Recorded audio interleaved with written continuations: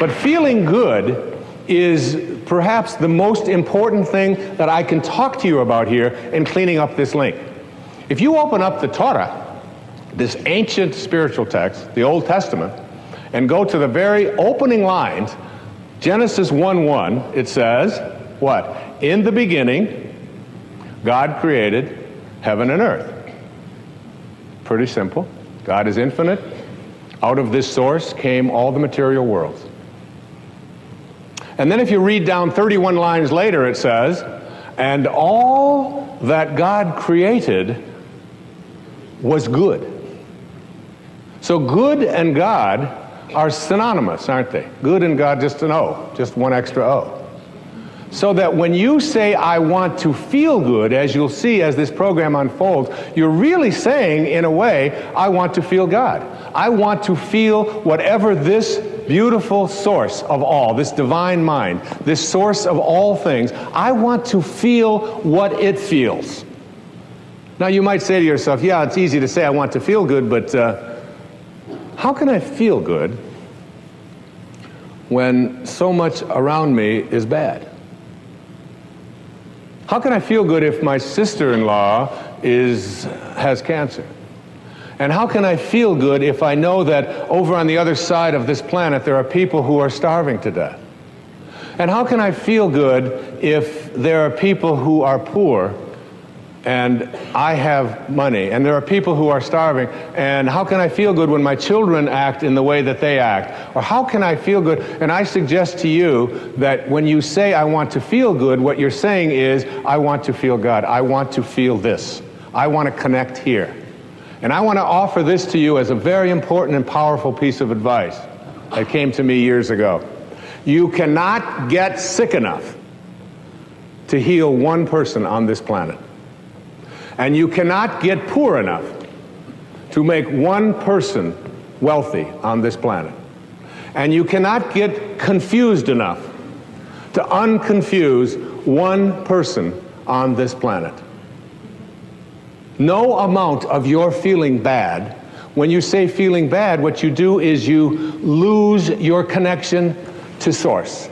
And when you lose your connection to Source, what happens is you create something called resistance. I can't do this. It's not possible. I don't deserve it. It's just not something that I can do.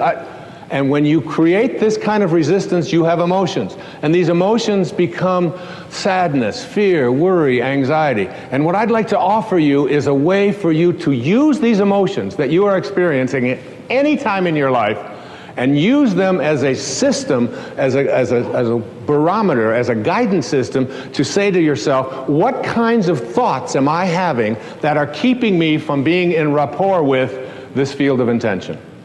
And at any moment that you're not feeling good, you are attracting exactly the opposite of what it is that you would like to attract into your life.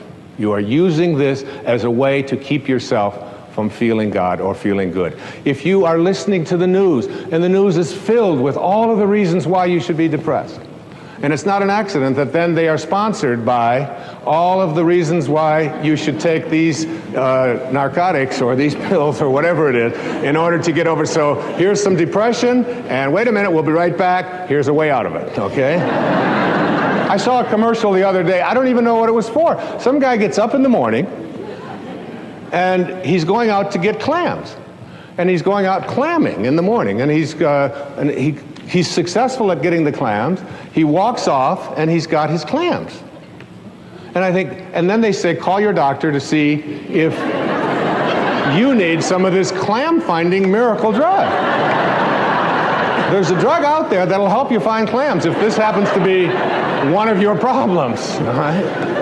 And there's something out there, and now we're being told to call our doctors.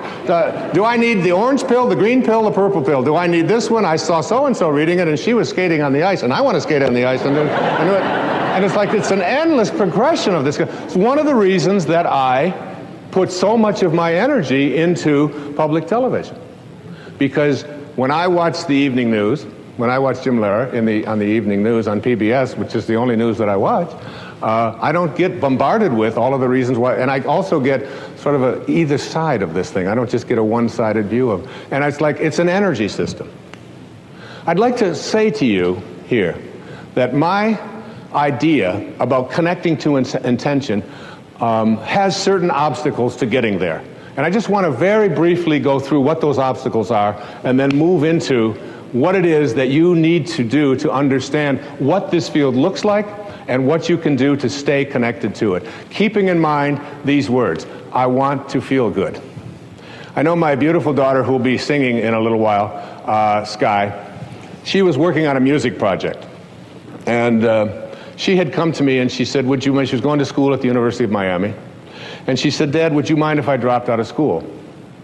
And since I have been a person who has never, ever listened to any advice that adults ever gave me throughout my life about what I should do with my life, because I believe it's something that you have to own yourself, I said, why? And she said, well, I want to sing. I've always just wanted to sing. It's the only thing that's in my heart is singing. And what I've discovered, she said, is that I can't sit in classrooms anymore in my junior year and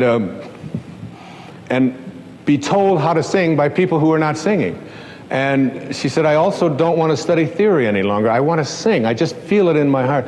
I said, that's great. I said, I'd like to take you with me when I talk all over the country, all over the world. And I'd like you to sing for me, because I'm always so proud to have her on stage with me, as you'll see why shortly.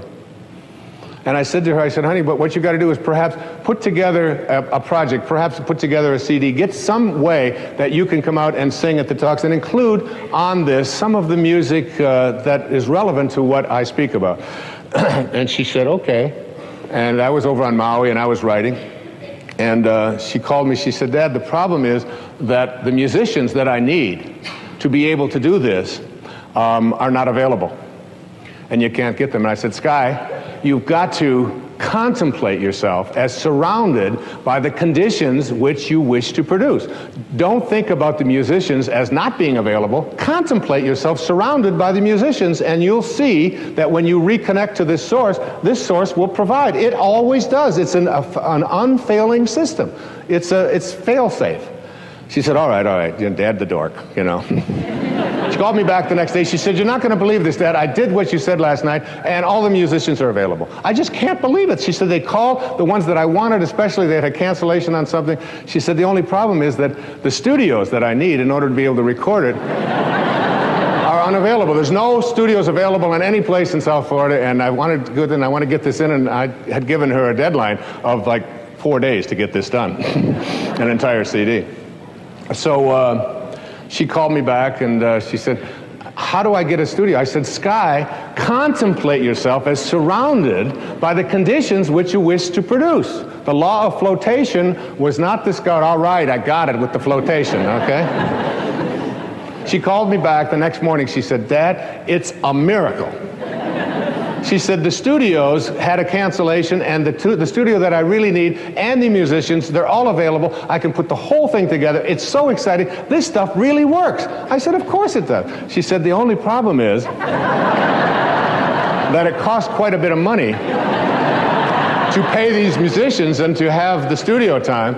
I said, Sky, honey, you've got to contemplate yourself as surrounded by the conditions which you want to produce. She said, that's why I'm calling you.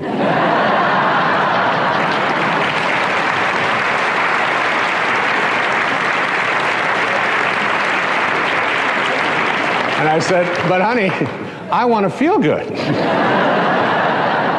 She said, maybe you should call Dr. Phil. She said, and this will make you feel good, because you will be contemplating yourself as surrounded by a daughter who is so... She used it all right back on me. And she did it, and she got it done, and she was able to produce it. And, you know, it sounds like a silly little example, but it's like the obstacles that we have to creating what we want very often are in the ways that we perceive ourselves as disconnected here. And every thought that you have that says, I can't do it, is resistance to connecting to source. And every thought that you have that says it's never worked before, that's resistance to connecting to this source, to what is being, what I call vibrating through source energy, getting back to having your desires, what you want to create in vibrational harmony with this highest energy in the universe.